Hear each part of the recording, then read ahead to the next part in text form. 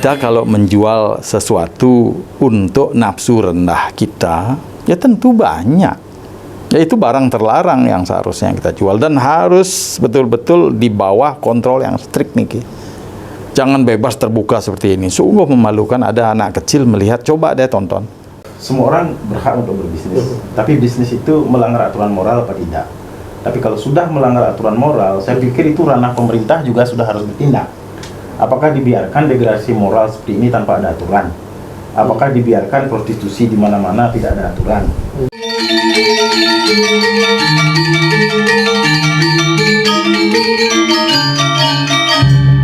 Selamat datang di podcast Paiketan Kramo Bali. Saudara-saudara, sebagaimana kita ketahui bahwa tari joget bumbung itu adalah sebuah tarian rakyat yang sudah lama dikenal di Bali. Tari joget bumbung itu adalah bagian dari tari balih-balihan. Berbeda dengan tari sakral atau tari untuk persembahan kepada Tuhan. Nah, tari joget bumbung ini benar-benar digemari oleh masyarakat Bali sejak lama dan ditonton oleh semua kalangan. Nah, ini tari joget bumbung ini mengikuti pakem tari Bali dengan agam yang sudah jelas. Oleh karena itu, joget bumbung ini sangat dinanti-nantikan oleh masyarakat Bali. Nah, belakangan berkembang tari joget yang mengarah kepada pengingkaran dari pakem dan agam tari Bali yang kemudian oleh masyarakat dinamai sebagai joget yang sudah melenceng dari pakem tari Bali. Bahkan akhir-akhir ini sudah banyak beredar di YouTube dan juga pertunjukan secara terbuka di ruang yang terbuka yang ditonton oleh banyak kalangan termasuk anak-anak, itu joget yang mempersembahkan sebuah adegan kendang kempul, kemudian goyang, erotis yang akhirnya disebut sebagai joget jaruh.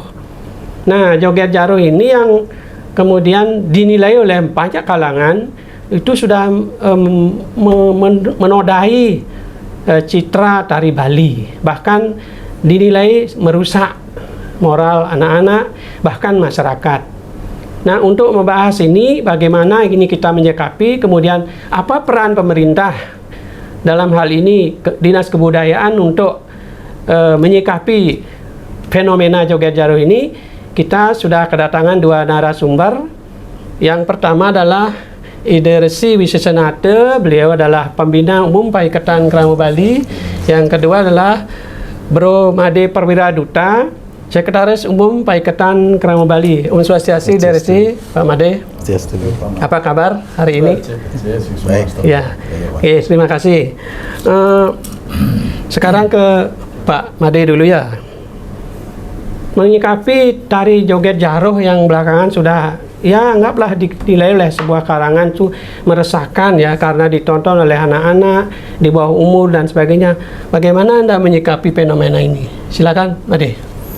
Terima kasih Pak Man. Sedikit berkomentar. Memang sangat luar biasa topik hari ini Pak Man. Tiang itu memang backgroundnya saya kan orang Bali juga, dan dari kecil memang di kampung, kita besar di kampung, semua itu suka yang namanya joget bumbung itu. Dan memang waktu itu zaman kita kecil di kampung kan jarang sekali ada hiburan, yang paling layar tancap, kemudian joget bumbung. Dan memang kita waktu itu excited banget ketika ada joget bumbung. Kenapa? Kita tahu nih kalau Pak ini yang ngibing, Pak ini yang ngibing, kita tertarik banget ngelihat karena atraktif banget tarian itu gitu loh. Nah, saya akhir-akhir ini agak terkejut karena ada teman dari Jakarta beberapa tahun lalu, kan mungkin karena kesibukan saya ya, sekarang udah jarang ngikutin itu yang joget bumbung itu. Tahu-tahu teman ngirim TikTok dari Jakarta, coba lihat nih tontonan ini tari apa? Saya lihat TikToknya, mengerikan Pak Man, mengerikan itu. Ini kok ada tarian kayak gini gitu loh. Jadi memang joget bumbung cuma, waduh, nggak bisa terbayang saya ngelihat bagaimana mereka melakukan tarian yang dalam tanda kutip sangat porno. Dan pertama saya terkejut karena memang tidak ngikutin gitu loh. Ternyata di YouTube itu setelah saya cek ribuan konten tentang pornografi ini gitu loh. Bagi-bagi kita, keterkejutan itu dua menjadi apa? Menjadi malu. Kenapa saya malu itu? Karena kita orang Bali yang terkenal punya adat budaya adiluhung, sebutan Island of God, Island of Thousand Temple. Terdegradasi gara ini, saya malu sekali ngeliat, loh kok bisa begini gitu. Kemudian perasaan yang muncul lagi, sedih. Kenapa sedih? Yang nonton, ada anak-anak, ada ibu-ibu. Jeleknya lagi, kadang-kadang ada tamu luar ngelihat. Bagaimana kita tidak sedih? Simbol-simbol agama Hindu, kemudian kadang-kadang mereka pakai dupa dan melakukan hal yang sangat tidak senonoh di depan publik. Di mana letak malu kita sebagai orang Bali? Itu pertanyaan saya. Yang terakhir, Ampurut yang heran. Heran kenapa? Kenapa kita membiarkan? Tidakkah ada orang yang memang merasa sedikit aja sensitif, punya empati? Hal-hal yang seperti ini dipertontonkan di depan kita. Bagi kemana para seniman? Kemana para akademisi? Kemana aparat kita? Kok kita biarkan gitu? Nanti mungkin kalau pemirsa di rumah banyak yang tidak ngeh. Lihat aja Joget Bumbung di YouTube dan lihat apa yang terjadi. Pasti terkejut seperti yang terjadi pada diri saya. Itu dulu sebenarnya Pak Mat. Ya. Ya, tentu ini memalukan ya kalau orang yang bergerak di bidang keagamaan, kemudian dia adalah aparat keamanan, tokoh masyarakat yang harusnya memberi keteladanan moral, etika. Tentu ini sudah melenceng dari etika Nah, gimana dari sih melihat ini apa yang harus dilakukan oleh kita semua ini? Ya, Om Swastiastu, aman. Pak Perwira. Ya sebenarnya ide speechless. Speechless istilahnya udah mau ngomong apa lagi sekarang. Karena ini bukan komentar di tiang yang pertama. Ini sudah Joget Jaruh ini sudah mengenjala tiang amati dari 10 tahunan. Dan tentu semakin marak pada saat YouTube, TikTok, dan segala medsos itu betul-betul menjadi gandrungan masyarakat. Joget Jaruh ini sebuah fenomena yang sepertinya kita semua lepas kontrol. Ya tentu itu tidak mau menyalahkan, sekedar menyalahkan saja. Mari kita introspeksi lah semua. Yang jelas, kalau dari perspektif orang Bali yang waras, ini sungguh-sungguh memalukan. Sungguh memalukan. Terlebih memalukan bagi pengusung adat. Nilai-nilai tradisi Bali yang luhur. Karena ada simbol-simbol kebalian kita di sana kan. Ya pakaian Bali, kemudian kita pakai pakaian adat. Tapi bukankah ini dipertontonkan dalam acara pernikahan seperti itu kan? Tidak masalah itu. Yalah, justru seperti dikatakan Pak Perwira tadi kan justru ini lebih menusuk hati kita semua. Ini tidak dilakukan gelap-gelapan, terbuka. Bahkan anak-anak pun melihat porno aksi tersebut. Nah, itu kan istilahnya melihat, waduh, cobalah sebelum menilai apa yang disampaikan Pak Perwira dengan semangat itu, sebelum menilai apalagi ada antipati apa yang dikatakan. Kan kita istilahnya kasihan juga dengan penabuhnya, kelompok-kelompok itu, penarinya juga, dan masyarakat yang mengundang. Kan akhirnya semua seolah-olah ini menjadi situasi yang nggak enak bagi kita semua. Dan stakeholder yang lain, pemerintah dan adat, kenapa membiarkan ini? Kan seolah akhirnya semua dari kita menjadi salah. Dan yang jelas memang ini aib, ini bisa dikatakan aib bagi orang Bali. Sangat aib. Bagaimana misalnya dari perspektif nyamo kita yang lain, dari bangsa yang lain melihat, dari agama yang lain melihat. Betul-betul aib nih, Ki. Ya. Memalukan bagi Bali. Nah, seperti yang Titiang katakan tadi, orang Bali yang waras pasti akan melihat ini sesuatu yang memalukan, membuat citra Bali ini betul-betul jatuh. Nah, ini sebenarnya perlu dilakukan sebuah aksi yang lebih efektif. Kenapa Titiang mengatakan lebih efektif? Karena sebelum Ida Melingge kan, pada saat masih Welaka, itu kira-kira 7 tahun yang lalu, kita sudah menyampaikan ini dan melakukan dan mendekati all concern, dan bahkan sampai meminta gubernur, dan gubernur sungguh bijaksana, Pak Mangku Pastika waktu itu mengeluarkan surat edaran untuk melarang. Tetapi rasanya energinya tidak cukup di sana, karena kita melihat pamong praja dalam hal ini termasuk polisi pun tidak melakukan action yang memadai. Surat edaran gubernur itu rupanya tidak dijalankan atau tidak dikawal oleh Surat edaran itu aparat kan hanya keamanan, kepada pemucuk-pemucuk mantan. Itu harus betul-betul turun ke bawah, dalam artian ada masalah nih dengan hati kita, ada masalah dengan ego kita sebagai orang Bali. Apa yang terjadi? Kenapa kita tidak memelihara keluhuran, wibawa, dan citra Bali milik kita semua, di mana kita harus menjaganya bersama-sama? Ya. Dalam konteks itu sebenarnya Titiang merenung apa yang terjadi ini. Sebenarnya dalam konteks kalau memang toh itu diinginkan oleh sebagian masyarakat, kenapa tidak itu dilakukan di tempat yang khusus, hanya orang dewasa saja, dan jangan dimasukkan ke medsos, jangan dimasukkan ke YouTube. Memang yang begini tentu menarik dilihat, tetapi orang mencela dan mengecam, ya. Jadi kita harus tahu ini, jangan sekedar ada income dari sana mungkin, kemudian kita merusak nama Bali kita. Itu perlu diatur lah Pak Aman, perlu diatur, dan Tiang pikir tidak perlu membutuhkan level S3 untuk mengatur ini. Yang penting bisa efektif nggak leadership kita, bisa efektif nggak kepedulian kita. Karena semua orang Bali yang waras pasti ingin melakukan sesuatu demi Balinya, fight for that. Ya. Pak Made, kan ini tidak terlepas dari hukum pasar. Ada permintaan, ada penawaran. Sebaliknya ada penawaran, ada permintaan, kan gitu. Karena ada masyarakat menginginkan supaya joget ini yang ngebor, yang jaruh, kayak gitu. Istilahnya yang agak vulgar itu. Sehingga masyarakat tuh tertarik untuk menonton, bahkan mengibing, kan gitu. Ini kan tidak bisa terlepas dari permintaan pasar. Gimana Anda menyikapi? Baik, kalau dilihat dari supply dan demand, hukum pasar di mana-mana pasti begitu. Tapi Ampur, kita kan makhluk yang berbudaya nih. Ada yang disebut dengan bisnis dengan morality. Jadi tidak semua bisnis yang kita lakukan itu bisa kita lakukan dengan semena-mena. Kadang-kadang kalau kita mau, ya itu kan bisnis tanpa moral, itu akan mengarah kepada kejahatan. Misalnya narkoba, is fair kan, itu ada bisnis supply dan demand. Tapi kalau itu kan udah melanggar norma, melanggar hukum, ya sebaiknya ya jangan dilakukan.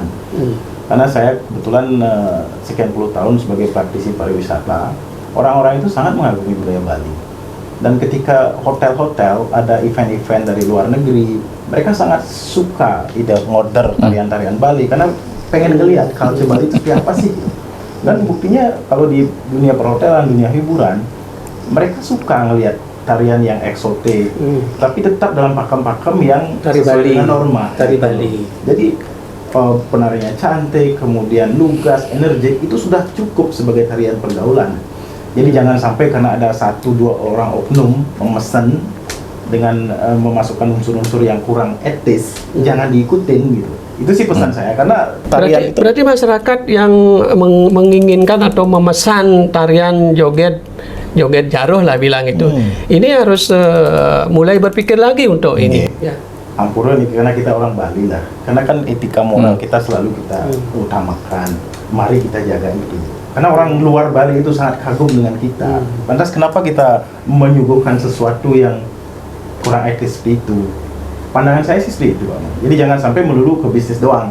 Pikirannya harus etika. Tapi kalau boleh saya sangkal sedikit, kalau joget bumbung yang biasa itu kan tidak laku. Ini kan, ini gimana ini kan?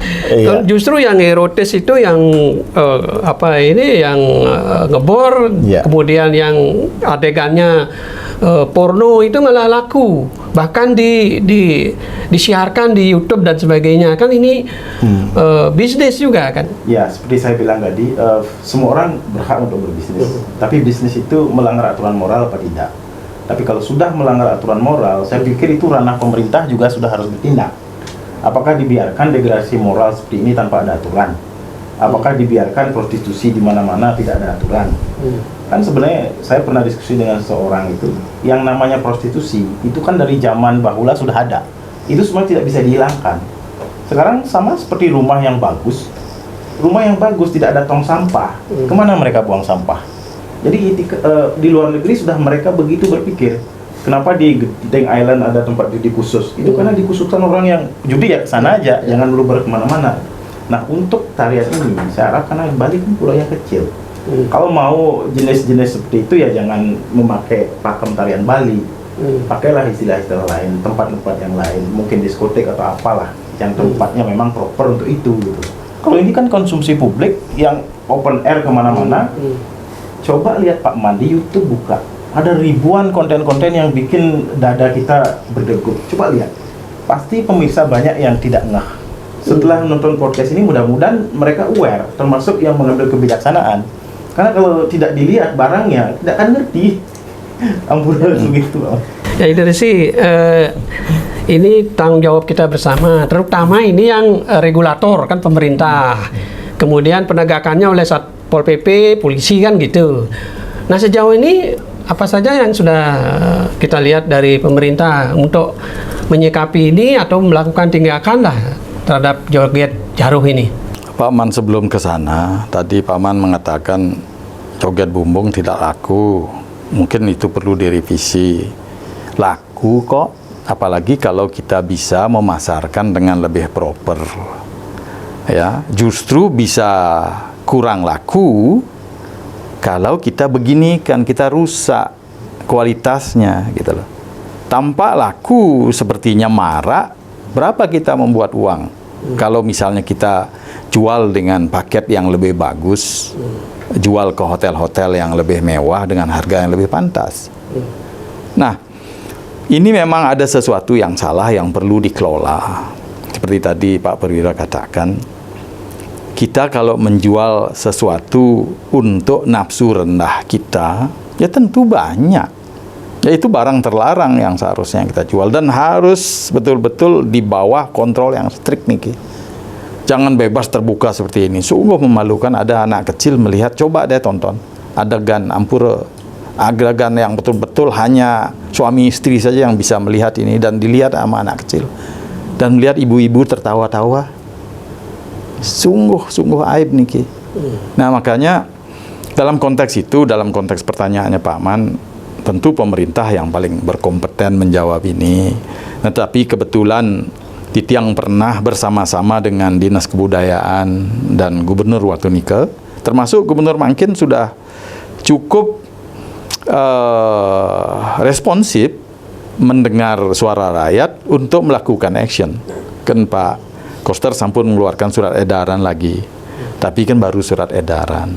Seharusnya kalau mau lebih efektif kan make sure, yakinkan itu tidak ada lagi, tertata. Seandainya toh seperti yang Pak Man katakan ada demand, diatur seperti Pak Perwira katakan tadi, mungkin di ruang tertutup, tidak boleh anak kecil, dan jangan sekali-kali dimasukkan ke YouTube. Nah kan terkontrol, umurnya sesuai, terkontrol, tidak ada anak kecil, ya, kemudian tidak dimasukkan ke YouTube sehingga image dari Bali ini bisa terpelihara. Dan apa yang sudah ada di medsos Mangkin dilaporkan secara struktur, dilaporkan, kemudian di take down semua ampura niki. Memang niki agak mungkin menimbulkan antipati bagi kelompok-kelompok joget yang melakukan ini, penarinya, karena ini masalah ekonomi mereka ya. Juga ya, penggemarnya kan banyak. Ya, tinggal diatur saja, ya, diatur kede sehingga citra Bali ini bisa terpelihara. Kalau memang ada market seperti ini, daripada kita liar melakukan, silahkan diatur, silahkan desa yang mengatur sehingga ini semua berjalan. Sama seperti alkohol, selama itu diatur, strict dan disosialisasinya, semua oke-oke saja. Berarti ini juga pekerjaan desa adat ya? Kita semua lah, termasuk kita kan sekarang ada pekerjaan kita. Termasuk kameramen juga berkenan, Pak Man juga. Sire pun yang merasa orang Bali dan punya tanggung jawab nindihin Bali ya. Tapi siapa yang akan melaporkan ini supaya ada gerakan dari pemerintah? Ya yang paling efektif tentu adalah pemerintah yang tertinggi. Kalau kita berbicara Bali ya gubernur dong. Sebenarnya ini tidak terlalu sulit ya bagi Pak Wayan Koster yang doktor, yang pinter, tidak sulit. Yang penting beliau energinya cukup dan punya concern. Banyak ada orang suci yang mendukung beliau, orang pinter. gampang kok. Dan Gampang. tentu harus serius kan gitu. Iya itu aja. Masalahnya kan itu. Masalah gampang kalau sebenarnya. Izin menambahkan. Mau kerja Silakan. Mau Deh. mengerjakan. Iya, Oke, silakan. Izin menambahkan sedikit Ida. Kalau kita memang sangat concern dengan Pulau Bali, kita lihat flashback ke belakang lah. Dulu Tukar Badung, bagaimana kotornya? Sebelum ada aturan bahwa siapa yang membuang sampah kena denda 500.000. Apa yang terjadi? Berangsur-angsur. Pertama karena takut nggak buang sampah. Tapi setelah lama-lama menjadi kebiasaan, lihat bersih. Karena apa? Lihat kota-kota besar seluruh dunia, itu bersih nggak ada plastik, dan sekarang kan terbukti itu. Kemudian yang kedua, masalah sampah plastik. Itu kalau nggak salah momen Suksmo Bali 2019 atau 2018 itu. Itu diungkapkan bagaimana caranya menjaga Bali biar tidak menjadi pulau plastik. Ya, Karena kalau kita kembali ke joget porno itu ya, berarti kita ingin membersihkan praktek-praktek joget yang keluar dari pakem tari Bali kan gitu. tepat. Supaya citra tari Bali itu bagus tetap gitu. Dan citranya Bali, Pak Man. Citranya Bali ini intinya Citra tari Bali. bukan hanya citra tari Bali saja. Citra Bali ini yang sampun drop karena itu. Ini harus segera ini mengambil tindakan karena sudah 10 tahunan nih kita tidak serius untuk melakukan apa yang harus dilakukan. Nah, terus saya dengar kalau untuk tidak ada aduan dari masyarakat, polisi tidak akan menangkap atau karena memang ini sudah menjadi Niki bukan urusan kriminal. Titiang kan tidak menyarankan sampunan nangkep semeton Bali yang melakukan begini kan terlalu gampang. Ini perlu pembinaan, perlu pengaturan, duduk bersama-sama. Tapi aduan adu ke polisi tangkapnya mau Bali kan niki kan kontraproduktif ya. Ndak. Ten yang Titiang usulkan ya duduk bergerak komprehensif, integrated, gampang kalau memang mau kerja. yang penting ada goodwill kan gitu, nih catatannya lagi nggih. Kalau Titiang dibutuhkan sebagaimana sebelumnya kita sudah memberikan formulanya, ayolah kita meeting, undanglah kita di Pak Ikatan. Ya, yang penting mereka yang punya akses, mereka yang punya wewenang, memang betul-betul berkenan untuk bekerja, melakukan tugasnya. Nika Wandan. Baik, kita lanjutkan perbincangan kita. Sekarang Pak Made dulu ya. Joget Jaro ini diupah atau diorder oleh masyarakat. Ya, itu masyarakat isinya ingin hiburan. Kemudian seke jogetnya dan penarinya, ya, itu kan mendapat income karena dia dengan penari pertunjukan itu dia mendapat penghasilan, ya, dan itu profesinya. Kalau ini sampai dilarang itu, ya, gimana ini kan jadi tidak dapat income dia, gimana nih harusnya disikapi? Oke, makasih Pak Man. Kalau Tiang sih pengen melihat bahwa permasalahan ini secara holistik. Jadi jangan dibiarkan saudara kita dalam situasi seperti itu dan mereka mencari solusi sendiri. Kalau kita memang merasa sebagai orang Bali dan jengah nginihin Bali, ya kita secara bersama-sama nih kayak gitu. Semua stakeholder di Bali harus terlibat. Contoh, sekarang Bali lokomotifnya adalah pariwisata. Pariwisata udah mulai menaik nih. Jadi mungkin yang bisa kita himbau adalah teman-teman yang bergerak di bidang perhotelan, PHRI, mulailah memperhatikan mereka ini. Misalnya setiap hotel kan ada weekly event, ada dinner setiap minggu. Bikin kerjasama dengan mereka, angkat kehidupan mereka dan jangan sekedar di press dengan harga murah. Kadang-kadang kita sedih juga melihat penari Bali naik truk segala macam. Jadi kalau perlu satu hotel mengambil sebagai partner gitu ya. Partner. Satu seke, satu hotel dan mungkin minimum setiap minggu. Cuma kan citranya mesti ada, mohon maaf ini motor gitu. Mesti dibuat citranya dia sebagai tarian pergaulan, tarian yang artistik karena Ida amati juga nih ke tabuhnya sungguh maju dan fun ya, becek nih ke di satu sisi nih ke. Kemudian buat juga lucu-lucu. Sebenarnya mereka menghibur, ada sensualitas juga kede. Kalau penarinya cantik, badannya nggih, molek, bagus. Kemudian lucu-lucu pengibengnya nikah saja cukup. Sampunan ditambahkan porno aksi niki. Ini justru detrimental, ini justru merusak. Keseluruhannya rusak, sak nama Balinya rusak kan. Nah, kalau cukup tari pergaulan, kemudian seni yang energik, menimbulkan semangat, ada sensualitas, dan lucu-lucu nikah saja paketnya. Kemudian hotel-hotel nikah mengambil satu hotel, kan banyak ada hotel di Bali. Berapa ada ske? Banyakan hotel daripada ske kok.